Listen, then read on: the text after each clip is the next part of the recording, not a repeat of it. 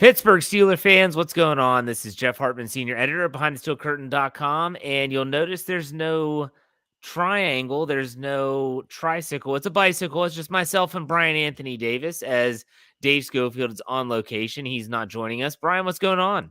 It's a tandem bike. I There guess you I'm in the go. sidecar. The sidecar. That always reminds me of Bill Hillgrove. You know that this is a quick side story.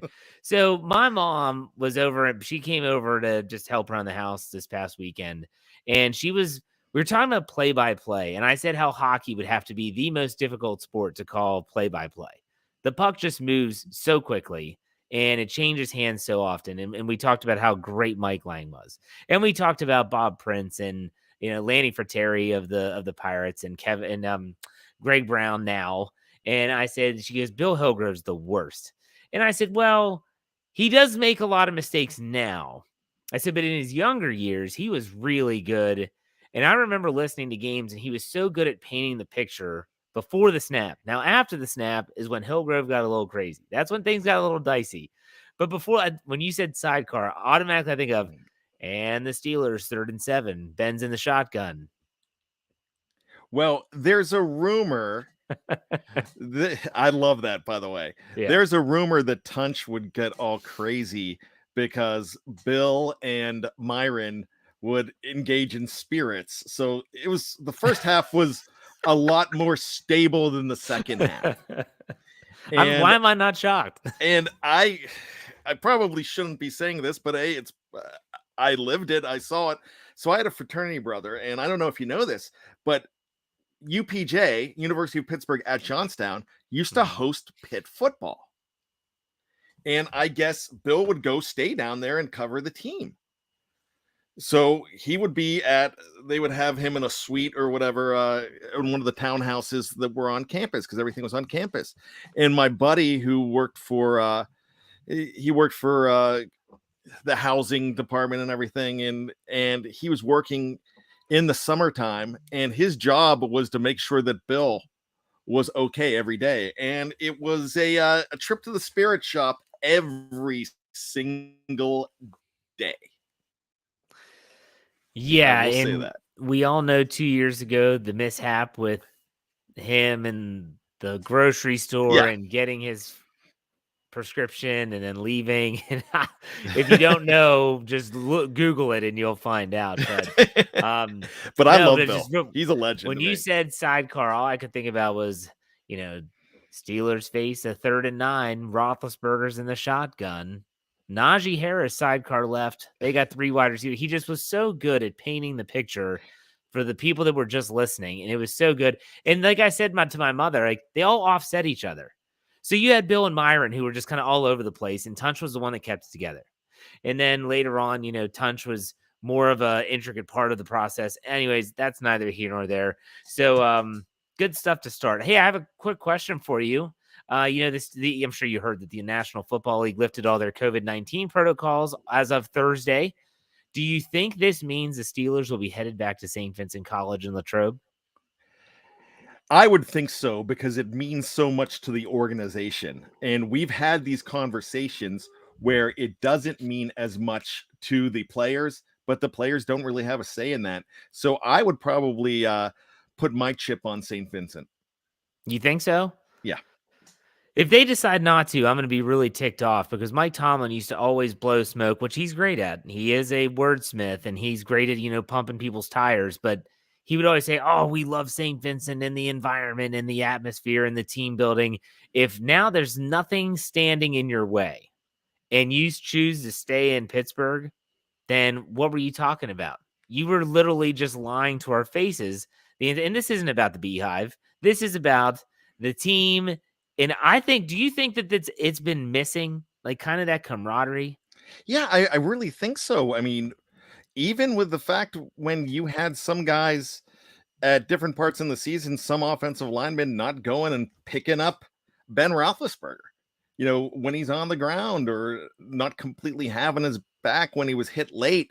I think what happens in any kind of camp situation when you're living together like that for 2-3 weeks, you really come together, because you don't have the distractions of home. So basically, when you look at it, when they're back in Pittsburgh, they've got wives, they've got an apartment, they've got everything going on. But when they're there at St. Vincent, that's who they've got. That's their family for that period of time. And I love one of my favorite books was Snake by Kenny Stabler, and them talking about how they would sneak out. They would actually climb. These athletes that make a lot of money are climbing out windows to break curfew, and they're adults and they're doing that. And the Steelers would do the same type of stuff, but that kind of stuff goes a long way. And another thing to look at, when you're sneaking out of a dorm room together, then what you're doing on the field, you have a special symmetry. You have that connection. And this is very important to, of course, the community. It's amazing what happens to that community when the Steelers are in town. And I don't know if you had a chance to look at The More You Know this week, my new column. David Boreanaz, who is a big star. He's on the show SEAL Team. He was the star of Bones. He was an Angel. He's been in a lot of stuff. He was a ball boy when he was like age 14 to 16. And he went there and he got to hang out with the players, and he got to meet all these girls as a 16-year-old kid because he'd tell them that he was a Steeler. I read that. I didn't know that is he a Steeler fan, or he just did that? It's funny, on the show, he always had Steeler paraphernalia, but he also had Flyer stuff too. And he's supposed to be an Eagles fan because he's from the Philly area. Okay. But I think, I guess he was living in that area. I don't know how he got hooked on to St. Vincent, but it's interesting. Well, one of my former lacrosse players actually went to St. Vincent College to play lacrosse for them. He was on scholarship, and he stayed there in the summer, and he would work camp when the Steelers were there. And he sent me pictures of one year. I think one year, I forget who was the player, was in the weight room when he was in there. And I'm like, you need to leave. Like, you let that guy be. Like, get out of it. He would drive the golf carts and drive the players to and from the practice fields and the coaching staff. And that way, he's a Ravens fan. He grew up in Maryland, so he doesn't even like the Steelers, but he always talked about how nice everyone was. They were really cool guys. But I hope they go back, because it's not just the team stuff on the field, picking up the quarterback, all that stuff. It's also the rookie standing up in the cafeteria and having to do like a song or something like that, or sing their fight song from their college. It's the home run derby that they always had on the softball field. Those type of activities cannot be duplicated, in my opinion. No. They just can't. You could try your best. You could go to PNC Park and say, let's do the home run. It's not the same. It's not the same. Like you said, they're not away from home. So I hope, and I also hope for the fans' sake, because to me, there's a lot of folks that can't get to a game. They can't afford a ticket. But you know what they can afford is a drive to Latrobe and go in for free and sit there and watch their favorite team practice and stand in line and maybe get an autograph or two. And I think it's important for them too. So I think that's worth stating as well. So let's hope. Fingers crossed. Maybe we'll hear something from the Steelers sooner rather than later. I'm hoping. The other news that came out on Thursday, well, obviously the Underwear Olympics is hot and heavy right now, and I'm talking about the NFL Scouting Combine at Lucas Oil Field in Indianapolis. Kind of strange. Two quarterbacks made some waves, made some news today for different reasons. The first is the footage caught across the street of Malik Willis giving a homeless person some type of gear or something like that. Did you see that, Bryan? Yeah, I caught it. I saw it when you all put it up on the Slack channel, and I'm like, this is what it's about. Yeah, I mean, it was legit. Like, he definitely looked like, he had a bag full of stuff. He probably didn't need that stuff, so he gave some of that stuff to someone that looked like they were, I don't know if I want to say homeless, but a little tough on their luck at the time. So it was a really cool gesture on his part. And then, as only our Andrew Wilbar could do, he follows it up with, Kenny Pickett has 8.5-inch hands. I mean, the couth on this kid just doesn't exist. So Kenny Pickett has 8.5-inch hands, Bryan. So I don't know. Like, and on Twitter today, if you were following Steelers Twitter, it almost felt like, that you hear on the wire, do. Kenny Pickett has 8.5-inch hands. What's that? Kenny Pickett has 8.5. And it just like keeps going for one. What do you make of this news? Whether it's Willis or Pickett, That was the talking point for most of the day. 8.5-inch hands, you say? See, 8.5 hands. I mean, wow. I tell you what. First of all, you mentioned Andrew Wilbar. I don't know anybody that knows prospects like this guy. And I tell you what, he teams up with Jeremy Betts on the draft fix, and we've got Matty Peverell. We've got a lot of guys that are. Yeah, I mean, this is their religion this week. it is.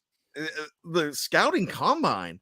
I mean, you could probably send, the naked women to the door with a pizza, and they'll be like, "Hey, busy watching the combine," because the combine is. I mean, these guys I'm watching dudes in their underwear get out of here, and that has nothing to do with orientation. I'm not saying that. All I'm saying there's anything wrong with that. Yes, that's fine, but a supermodel and a pizza with a pizza. I'm not watching a guy run a 4.3, but these guys, they love it. I mean, Shannon White's another one of these guys. They're watching these combines and they're going crazy. But once again, 8.5-inch hands don't mean anything to me because what did I say last time? The smaller the hands, the bigger the sandwich. And that's all it is. Because if not Drew Brees was a small guy, but it didn't matter. He dropped, but it didn't matter. You saw what he did. If Joe Burrow, he was accused of the small hands 2 years ago, and that's something everybody was talking about. Always going number one, but he's not going to do anything.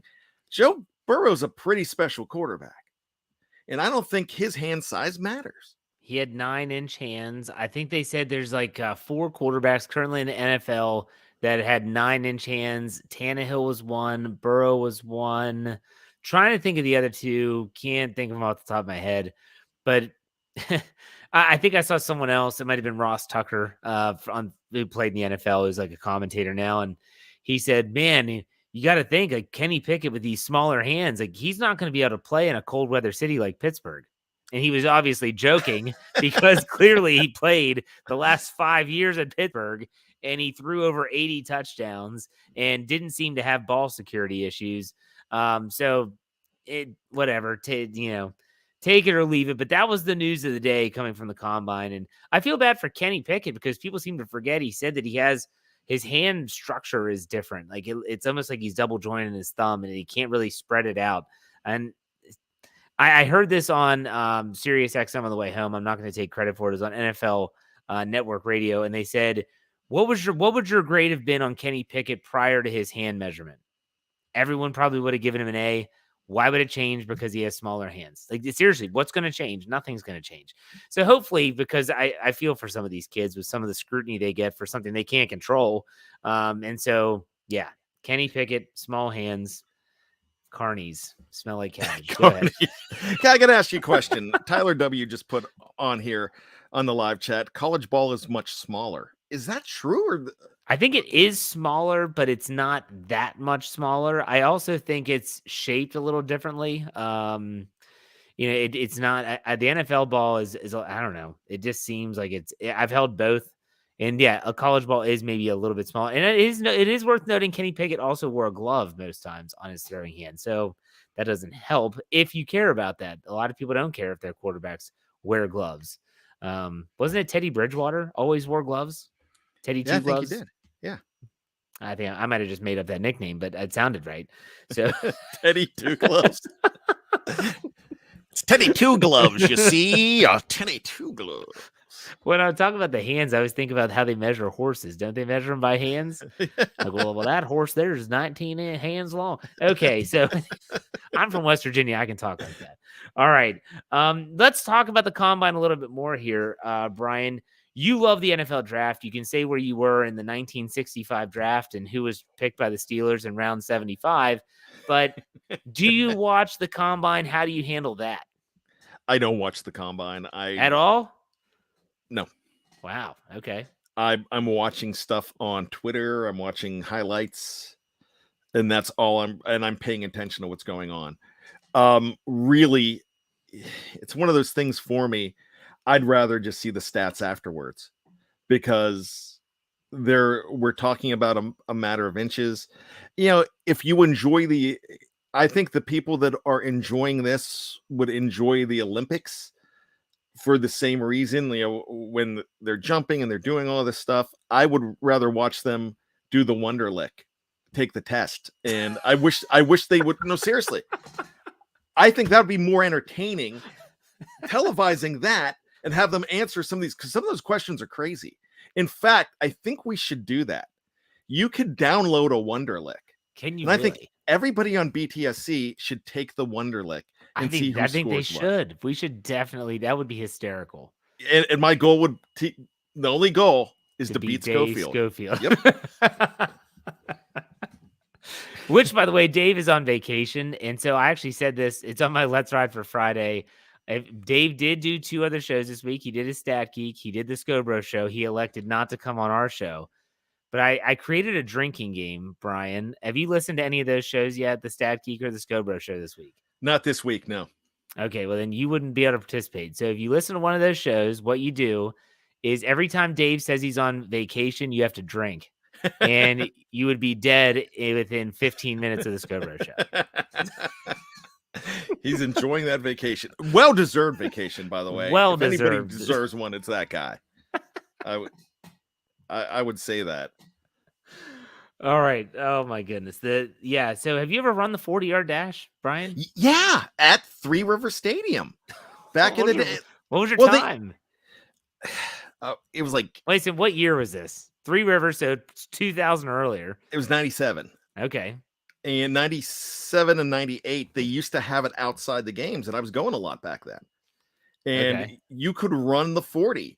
And I think I ran it in, and I was under 200 pounds at the time. So I was a lot more trim, and I've never been a fast guy. I would probably say I ran a 6'7" or something like that. There you go. Nice. It was no, that's not good. I mean, well, that's good for some people. Yeah. I think I was wearing boots too, but I've always been an aggressive runner when I played softball. I always felt like I was Pete Rose out there, just like knowing that I'll truck, knowing that I'm gonna just bang into you if I had to. But someone in the live chat look up what Daniel McCullers' 40 time was. I want to see if Bryan beat it. Or Casey Hampton. Yeah, either one. I mean, Casey Hampton's the only guy I can remember that ever failed the run test for Bill Cowher at the beginning of training camp every year. They weren't going to cut him, though. Well, of course not. Of course they weren't. I think at that point, he didn't care. So I don't think Bill did either. 6'7". That's pretty good. That's pretty good. Steel Dog says it was 10 seconds for Daniel McCullers or Casey Hampton, one or the other. I don't know. Felicia predicted a 5.6 from you. So that's what she predicted, but you came in a whole ticks after that. Yeah, and my gosh, I was winded afterwards. But I think I was wearing like Doc Martens or something. Yeah, not anything. Yeah, you weren't in your, super tights and tennis shoes and yeah, I wasn't aerodynamic with what I was wearing. I had to run it in college, and I ran a 4.45 was my fastest time, and I was that's pretty extraordinary. I was pretty happy. Yeah, well, I ran track, and so I've always been not good at distance. I've always been a sprinter, so I couldn't do it now. I couldn't run a 4.45 now, but I was in college and I was playing lacrosse, and so I was still in pretty good shape. So yeah. Well, I tell you what, if we could raise $1,000 in the live chat, Dave and I will run the 40. And Jeff will too. Yeah, I'll do it. I'd definitely run a 40 again. Yeah, and we'll record it again. It'll be the dash heard around the world. One of us may die, and I'm probably that candidate. We have to raise $1,000. Yeah. If we get $1,000 on the live chat, is that fair? No, it's not fair. All right. John Walter said McCullers didn't have to run. He had a camera. He had pictures. That's all you need to know. He had pictures. All these execs. I saw what you did at the hotel bar there, Omar Khan. Is your favorite event the 40-yard? If you're going to watch or you're intrigued by a score, is it the 40-yard dash at the combine? Yeah. Because everything else is just, it's not real to me. Yeah. I think that you find out a whole lot more in tape in real game situations. I don't think really the combine for me is, and we talk about this on tomorrow's Here We Go Steelers show, and we talk about a guy like Mike Mamola, who did so well at the combine, and he ended up being 9th overall to the Philadelphia Eagles in 1995. And being from the Philly area, a Jersey guy with a lot of Eagles fans, KT was saying, man, there's people, you bring up Mike Mamola and they go crazy, because that was not a very good pick for them. He didn't pan out, but he was a workout warrior that got his stock lifted by that. And you're going to see a lot of guys get their stock lifted. Gosh, Dree Archer got his stock lifted, went to the Steelers because he was so fast, ran one of the fastest times of all time, but it meant nothing because he couldn't do anything with it. So I want to, now Dree put up some good tape his last year at Kent State too. So I'm not going to discount that. All I'm going to say is, man, it's pretty easy to straight line speed with no pads. And if you're an athlete, you could run that 40 real well, and you're going to move up. But you can, and I use this during the draft a lot, you could be fool's gold when you do that. So beware. Our very favorite Felicia says the 40-yard dash time for one Casey Hampton was 5.25 seconds back in, I guess that's 2001, right? That's when he was drafted. Yeah. They traded back. to get him. Yeah, and I can't remember who went before him, because we know, I think it was around 16 and they went back to 20 or something like that, just like they did with Emmitt Smith and Eric Green back in 1990 when they traded back, and that's the most infamous trade back, but this was a good trade back for them. They knew who they wanted, and they knew that they could steal them. Okay, so one aspect of the combine that's worth talking about, and that's the kind of the title and headline of this podcast, is trying to make sense of these interviews. So the physical testing and the measurements are just one aspect of the NFL scouting combine. You have the whole media side of things, where players and coaches and front office execs are peppered by the media with questions.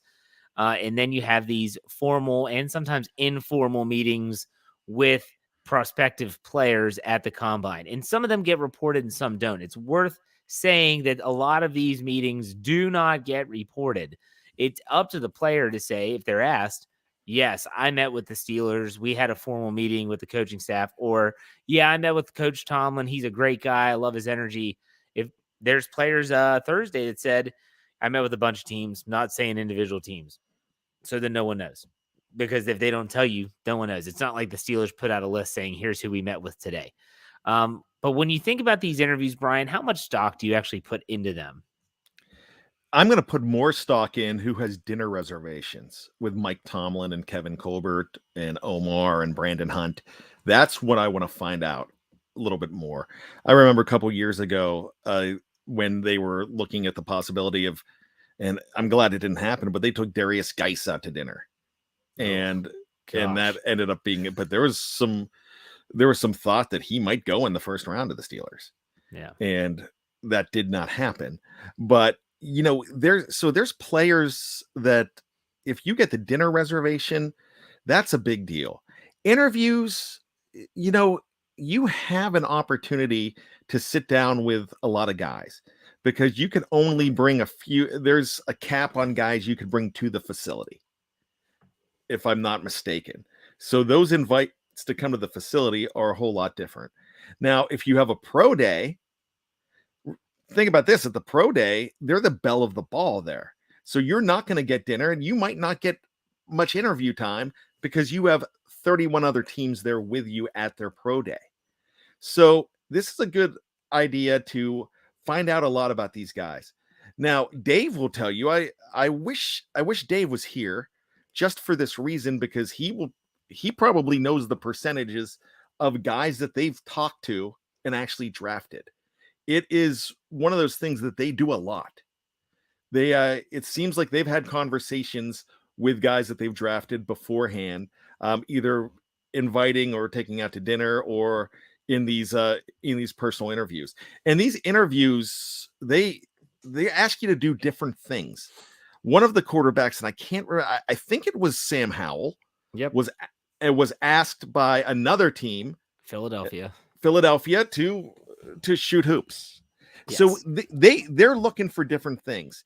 Other teams have been asked, I think Cincinnati got in trouble for this a couple years back, asking inappropriate questions. Yeah. And so, but they want to know how you answer. They want to see you. I think for the players, and I think Mike Tomlin put such a great impression on these players that Mike sometimes is thinking 4 or 5 years down the road when he is interviewing these players, because when he sees these players in the combine or at the All-Star games, then when it comes to free agency, they remember that they love that interview that they had with him. Gosh, Malik Willis a couple weeks ago at the Senior Bowl wanted to introduce his parents to Mike Tomlin. So these interviews, they do a lot of things, but I think they're important, but it's also kind of like to see how many you can get. It's like a scavenger hunt too, because you get a better read on how many people you look at. The more people, better chance. And they meet with a lot of prospective players. I do think that fans should pay attention to these. And at the end, when all said and done, you have to connect the dots. Did they meet with him at the Senior Bowl? Did they meet with him at the Combine? Did they go to their pro day? And who was at the pro day? Was the brass there? If Kevin Colbert and Mike Tomlin are there, that means something. At the pro day, did they take you out to dinner? Now, whether they're allowing that, I don't know. If they did, then you put a gold star next to that. That's really important, like you said. Then we assume with the COVID protocols being lifted that those pre-draft visits that you mentioned, which if I recall, it's been since 2019, they are allowed 30. That could have changed. I'll have to double check. It used to be 30 total. If they have checked all those boxes, yeah, the Steelers are extremely interested in that prospective player. So I remember when they took TJ Watt out to dinner, and there were people that said, he's undersized. He's not going to be an NFL edge rusher. He's not a first-round pick. Don't waste your time. He has small hands. Small hands, yeah. And defensive player of the year. So it's something I think that personally, these interviews, it is worth checking behindthesteelcurtain.com, your one-stop shop for all things Pittsburgh Steelers, and seeing who have they met with, checking our pre-draft visit tracker, which has all the names that we have so far at the Senior Bowl, at the Combine. I add to it every day, and then we will see pre-draft visits, Pro Bowl, where they go, all that stuff will be right there. It is worth keeping tabs on, but at the same time, it's not the be-all, end-all, shouldn't be treated as gospel. And you know what? I look at BTSC for that reason, because I'm investing my time in other things with the site. So that's why I'm not watching it. So I can go ahead and look at that. The bottom line to the Combine is it's a job fair. And that's exactly what it is. Remember, you're a senior in college, you go to these job fairs to see there's people that are looking for good. If it's an aerospace company, they're looking for Joshua Dobbs. They're looking for those kind of people that fit their company. I always think of one of my favorite movies, Good Will Hunting, when the recruiters are there talking to it was Ben Affleck instead of Matt Damon, and he was there as his proxy, and they were recruiting him and ready to throw all this money at him because he was a genius. That's what this is all about. The other thing about the Combine, there's one interview that strikes me, and I think I want to call it, not, I want to be careful when I say this, because I mean no disrespect to the player, but it's a courtesy interview by interviewing Connor Hayward, because they have plenty of access to Connor Hayward because his brother is a legend with the team. But the great thing about having that interview, that boosts his stock with 31 other teams, because they're looking at this fullback. And that goes a long way for him. And that also goes a long way for the team, because if something happens that he doesn't get drafted, the courtesy that they showed him here means that he's going to say, yeah, I'm coming as an undrafted free agent here. If he does not get drafted, fullbacks, that's 6th or 7th round a lot of the time. But they're doing him a favor, but he's also getting a chance to now be interviewed by other teams to keep up with the Joneses. And then at that point, he has a chance to impress and get drafted. Yeah, and some of the stories out of the combine are always great. I always love hearing the stories, whether it's the Philadelphia Eagles made me shoot a mini basketball into a hoop and take 5 shots, and Sam Howell made 2 out of 5. That's always interesting. But then there's the stories of players that aren't invited that find their way there. I remember hearing a couple years ago there was a long snapper who got into the stadium, went into every single bathroom, and left his card and at the time, a DVD of his game film and a piece of paper that had his playing resume saying, if you need a long snapper, you need to help, bring me into camp, give me a shot. And I want to say he actually did get a shot in camp. I don't think he made the team, but I do think that person, I can't remember his name, obviously, but there's weird stories like that. And no, the guy's name was not Colin Holba, which is legendary. And so he wouldn't have to do that. He was picked in the 6th round. Come on, get out of here. So, all right. Combine. Yeah, I can take it or leave it. That's where I am at this stage in the game. The NFL is pumping this up big time, but it is what it is, right? Absolutely. It's something to get excited for when there's not a lot of news. And if you enjoy the draft process, like we talked about guys like Andrew and Maddie and Jeremy and Shannon who are living for this right now. This is their holiday, just like stuff like this is my holiday. I mean, the draft, all the pre-draft stuff on draft weekend, that's all I want to do.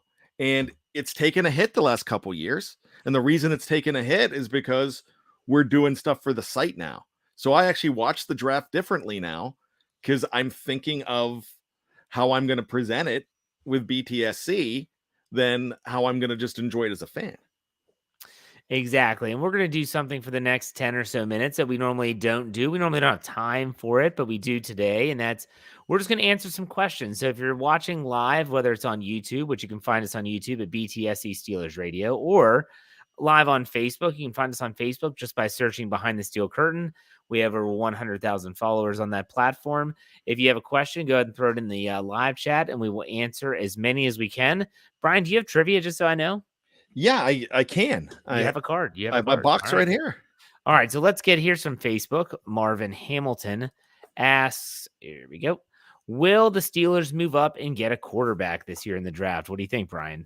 There's a lot of mock drafts that are saying that they are moving up. They're saying they're moving up with the Jets to get him around number 10. I say no. I think the team wants to keep their draft capital. And I don't think they want to risk anything by giving it away. They have a special plan at quarterback. We just don't know what it is.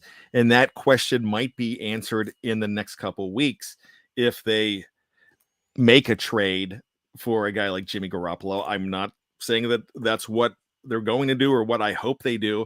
If they do that, or if they sign a guy like Mitch Trubisky, then that means they have their number one guy, and this guy's probably not on the table. And then you look at the possibility, if they have their number one pick through a trade or free agency, if they have their number one guy, then they're going to turn around and possibly at best at number 2, get a guy.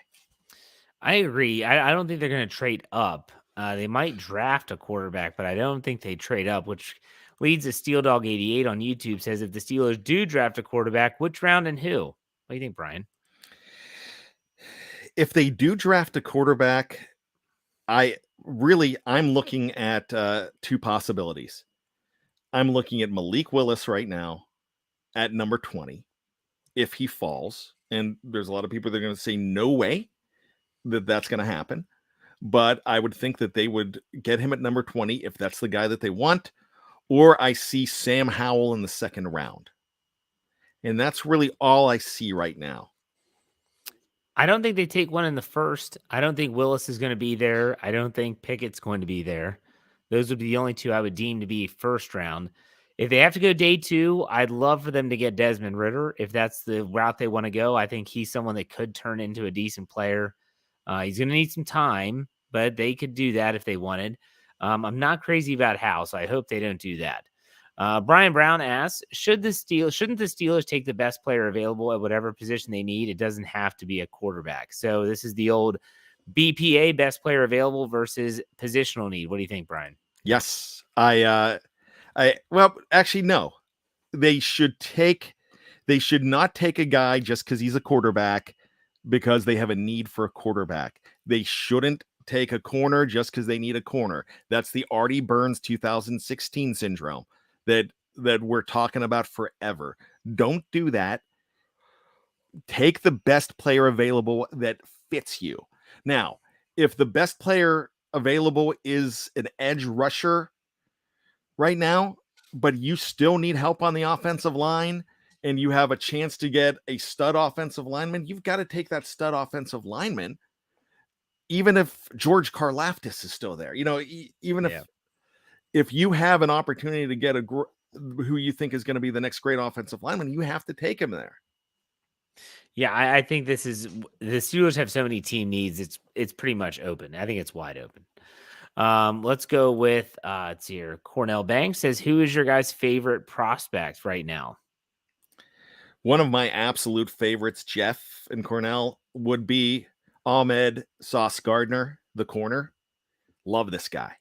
And I also love Jordan Davis, the defensive tackle out of Georgia. My gosh, he is a man. He is a load.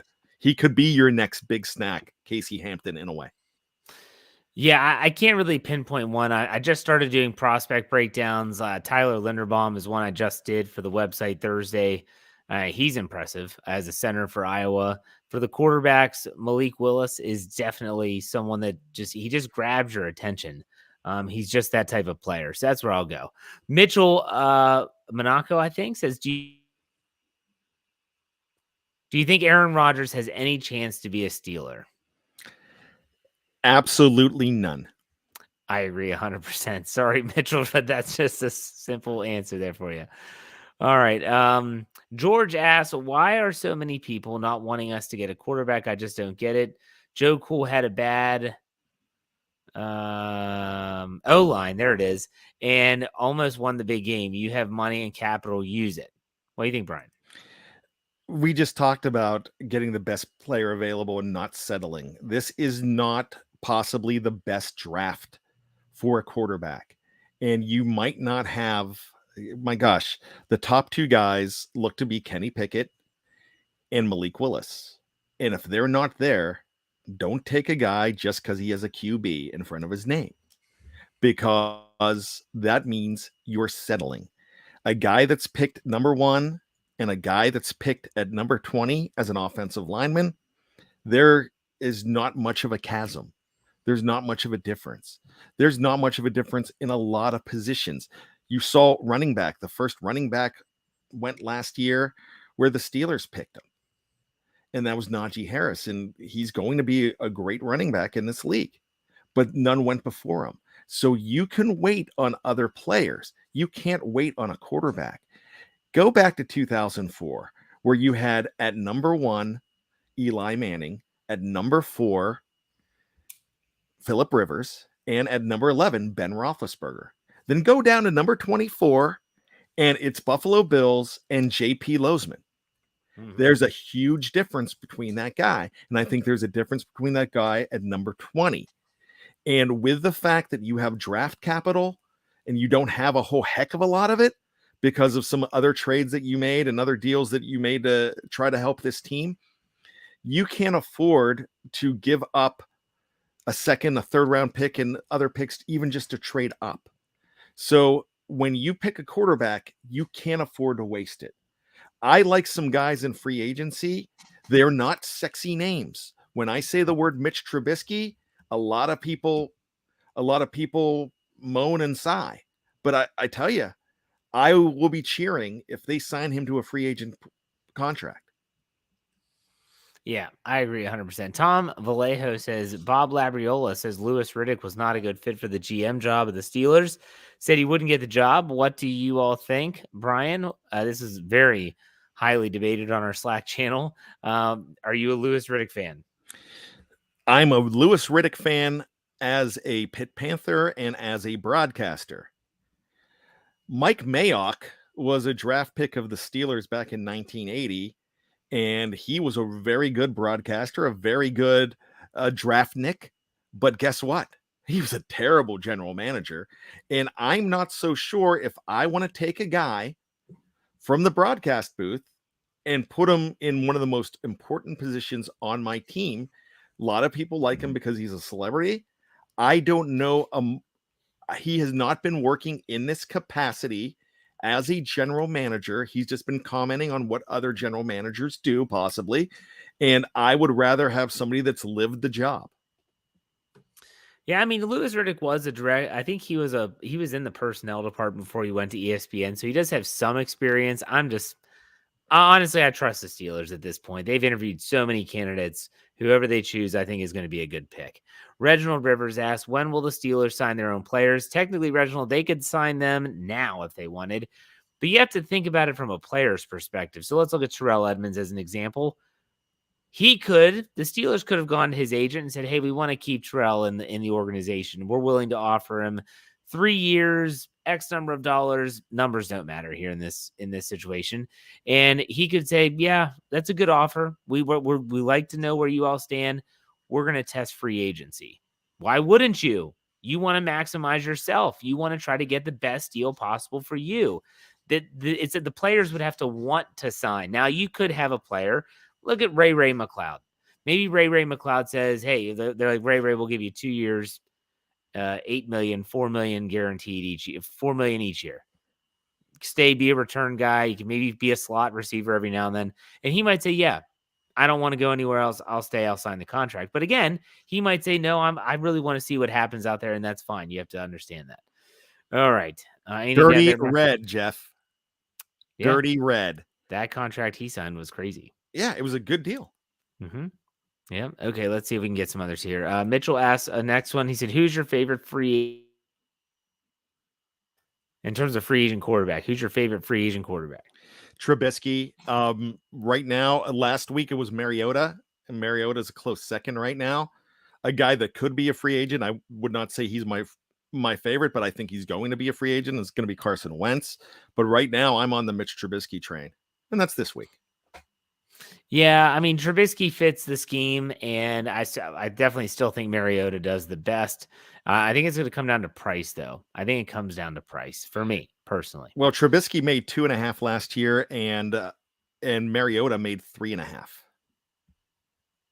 Yeah, but are they going to expect more? I guess they're going to expect more. Of course they are, but you can't. The Steelers cannot break the bank. That's the thing. They cannot break the bank in any way, shape, or form. So, all right, you say you had trivia, right?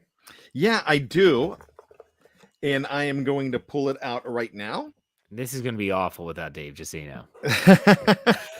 Actually, no, I think you're going to get it on the second one.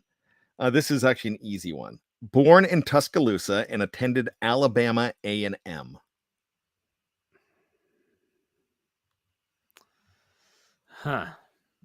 No, go to the next one. 14-year career spent entirely with the Steelers.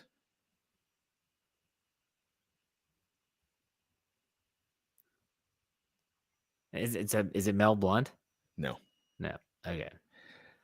I believe Mel went to Southern University.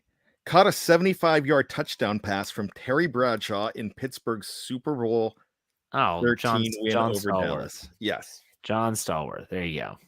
My gosh, that first half in Super Bowl 13 was absolutely amazing. He had close to 100 yards on 3 catches, and he didn't play. He got hurt and didn't play in the second half.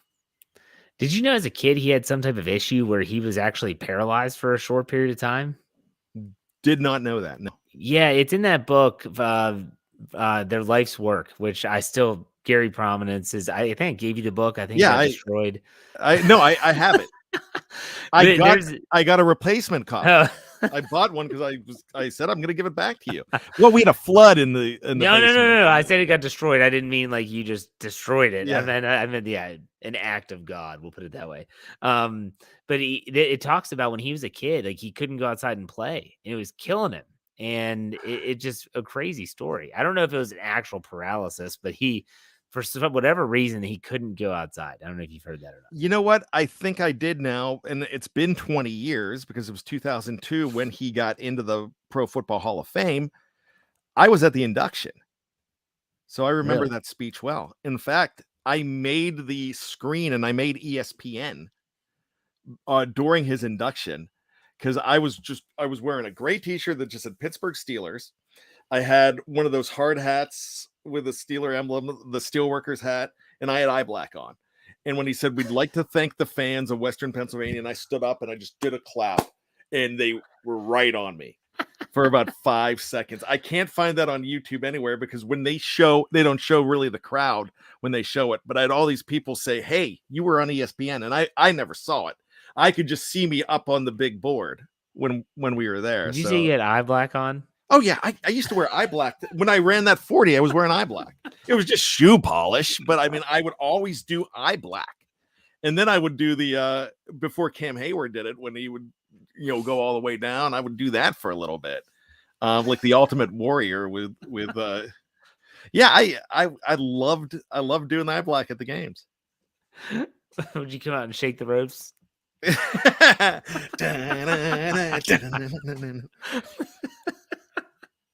Oh man, bringing back some memories of my childhood. All right, well, why don't you do some final thoughts here, Bryan? You know what? Whether you're into the combine or you're not into the combine, this is a very special week because, like we talked about earlier, it is a job fair, and these players get a chance to be interviewed to find their next job.